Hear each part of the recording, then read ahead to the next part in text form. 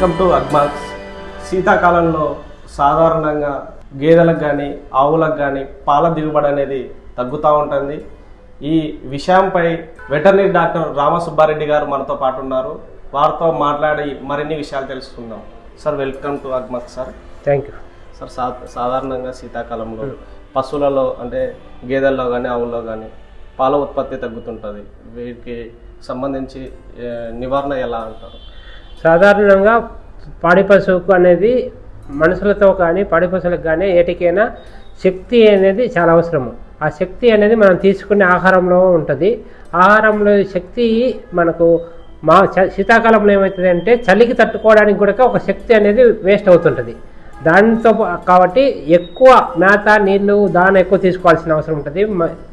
వర్షాకాలంలో లేదా ఎండాకాలంతో పోల్చుకుంటే శీతాకాలంలో మేత దాన ఎక్కువ తీసుకోవాలి. కానీ మన రైతు సోదరులు సాధారణంగా శీతాకాలంలోనే తక్కువ పెడతారు. ఎందుకంటే పగటిపూట టైం మనకు తక్కువ ఉంటుంది, రాత్రిపూట ఎక్కువ ఉంటుంది. కాబట్టి వాళ్ళ అలవాట్లో తక్కువ 2 సార్లు 3 సార్లు కాకుండా 2 సార్లు వేస్తుంటారు ఎక్కువ మంది రైతులు.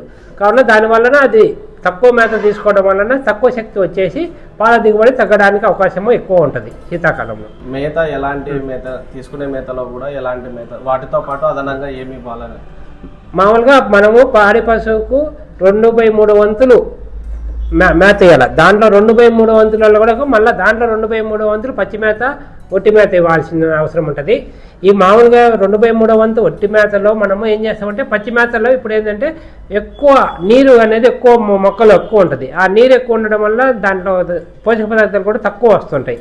కావున మనం దానికి కాంపెన్సేట్గా మనం ఏం చేయాలంటే ఈ దానా ఎక్కువ ఇవ్వాలి.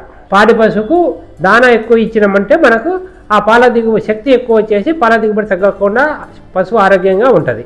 ఎలాంటి దానా తీసుకోవాలంటారు? మనం దానా పాలిచ్చే ఆవులు కానీ గేదెలు కానీ ఎలాంటి దానాన్ని యూజ్ చేయాలంటారు రైతులు? మామూలుగా ఒక పాడి పశువుకు వచ్చేసి మనము పాలు ఇచ్చినా ఇవ్వకపోయినా కనీసము 1 కిలో దానా అనేది ఖచ్చితంగా మనం పాడి పశువులకు ఇవ్వాలి. పాడి పశువులకు కానీ ఎండిపోయిన పశువులకు కానీ ఎద్దులకు కానీ 1 కిలో దానా ఇస్తే రోజుకు సరిపోతుంది.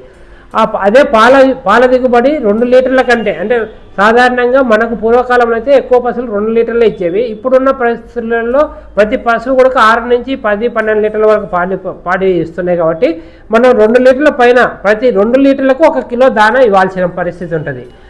ఇంకొకటి ఏంటంటే మన రైతు సోదరులు దానా అంటే ఏదో ఒక తీసుకొచ్చేసి పెట్టేసి దానా అంటాము. అంటే మనం అన్నం తిన్నామా అంటే మనం ఏమంటాము, ఒట్టి అన్నం తినేస్తే దాన్ని అన్నం తిన్నారంటే కాదు. అన్నంతో పాటు కూర, పప్పు, రసము, పెరుగు అన్నీ తింటేనే అన్నం తిన్నట్టు లెక్క. అట్లనే దీనికి దానా అనేది కూడా ఏదో మొక్కజొన్నలో, జొన్నలో, సద్దలో, రాగులో లేదంటే తౌడో ఇచ్చేసి దానా పెట్టినామంటారు. దానివల్ల మాంసకృతులు తగ్గిపోవచ్చు, లేదా ప్రోటీన్ పదార్థాలు అయిన మాంసకృతులు తక్కువ ఉంటాయి, శక్తినిచ్చే పిండి పదార్థాలు తక్కువ ఉండొచ్చు, ఫ్యాట్ తక్కువ ఉండొచ్చు. ఏది తక్కువ ఉండకుండా సరైన మోతాదులు అన్నీ ఉన్నప్పుడే మనం దానిని దానా అంటాము. సాధారణంగా అంటే పాలిచ్చే గేదెలకు కొంతవరకు ఈ లేక దూడల్ని దగ్గర తీసుకుంటూ ఉంటాం ఈ సీజన్లో. ఎందుకంటారు? మామూలుగా లేక దూడలు అనేవి వాటికి చలికి కూడా అవి తట్టుకోలేవు. ఎందుకంటే ఇంతకుముందు చెప్పుకున్నట్టు మనకు వాటికి శక్తి ఎక్కువ కావాలి. ఈ చలికి తట్టుకోవాలంటే శక్తి ఎక్కువ కావాలి. కాబట్టి లేగదొడలకు కూడా శక్తి కావాలి. కాబట్టి మనము వాటిను కొంచెం వెచ్చదనంలో అంటే కొట్టంలలో కానీ లేదంటే ఇంట్లో లోపల కానీ మనం కట్టేసుకుంటే దానికి కావాల్సిన చలి తక్కువ ఉండేసి మనము ఆ లేగదొడ ఉంటుంది. అంటే పాడి పశువుకు ఈ చలికాలంలో అనేది దూడనైతే దగ్గరికి తీసుకోకుండా ఉండడం అనేది ఉండదు. కొంచెం అలవాటు చేస్తే అదేమి ఇబ్బంది లేకుండా దగ్గరికి తీసుకుంటాయి. మనం దూడలను వీలైనంత వరకు పాలిచ్చే పశువులు కూడా వీలైనంత వరకు చలికి దూరంగా లోపల షెడ్లలో కానీ లేదా ఇళ్లలో కానీ కట్టేసుకోవాల్సిందిగా కోరుతున్నాం. ఈ పాలిచ్చే గేదెలకు దూడకు కొద్దిగా ఈ సీజన్లో డిసీజ్ కొంచెం ఎక్కువగా ఉంటుంది. వాటికి నివారణ ఎలా అంటారు?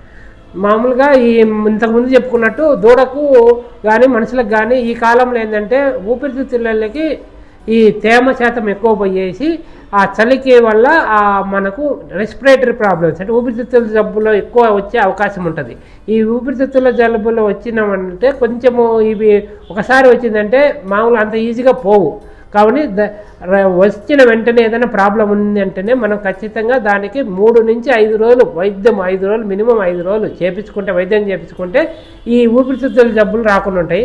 అట్లనే మనకు ఈ దూడలు ఈ చలికో లాంటి ఏదో ఒకటి అట్లా కింద నేలలను కానీ మట్టి తినడం కానీ జరుగుతుంటుంది. దానివల్ల నట్టలు వచ్చేసి ఎక్కువ పురుగు పోయడం పేడ పోయడం కూడా అవకాశం ఉంటుంది కాబట్టి అది ఉంటుంది. ఆ నుంచి ఈ చలికాలంలో జీర్ణశక్తి కూడా తక్కువ ఉంటుంది కాబట్టి ఈ జీర్ణశక్తి చిన్న దూడలకు తక్కువ ఉన్నప్పుడు ఈ కోలిబ్యాసిలోసిస్ ఎఫెక్ట్ అయ్యి ఆ పురుగు వచ్చేసి తెల్లగా పారుకొని దూడలు చనిపోతాయి. అంతేకాకుండా ఈ చలికాలంలో నీళ్లు కూడా తక్కువ తాగుతాయి దూడలు. ఈ నీళ్లు తక్కువ తాగడం వలన ఈ కోలిబ్యాసిలోసిస్ డెవలప్ అయ్యి ఈ పురుగు వస్తుంది. దాన్ని తక్కువ తాగడం వల్ల డిహైడ్రేషన్ వచ్చి దూడలు ఎక్కువ చనిపోయేదానికి అవకాశం ఉంటుంది. సార్ మామూలుగా మిగతా సీజన్ కంటే శీతాకాలంలో పాలిచ్చే గేదెలు తక్కువ మేతనే తింటామని చెప్పి రైతులు చెప్తా ఉన్నారు. తక్కువ మేత అనేది మిగతా కాలంతో పోలిస్తే చలికి అనేది మేత తక్కువ తింటుంది కానీ దానా, అందుకే మనం ముందు చెప్పుకున్నట్టు మేత తక్కువ పెట్టినా దానికి తగ్గట్టుగా దానా మనం పెంచుకుంటే చలికాలంలో పాడి పశువుకు కావాల్సిన శక్తి పోషక పదార్థాలు వచ్చేసి ఆరోగ్యంగా ఉండి మనకు కావాల్సిన పాల దిగుబడి తగ్గకుండా ఉంటుంది. పాలిచ్చే గేదెలకు నిత్యం ఆరోగ్యంగా ఉండాలంటే ఎలాంటి రోజు ప్రక్రియ ఎలా ఉండాలంటారు?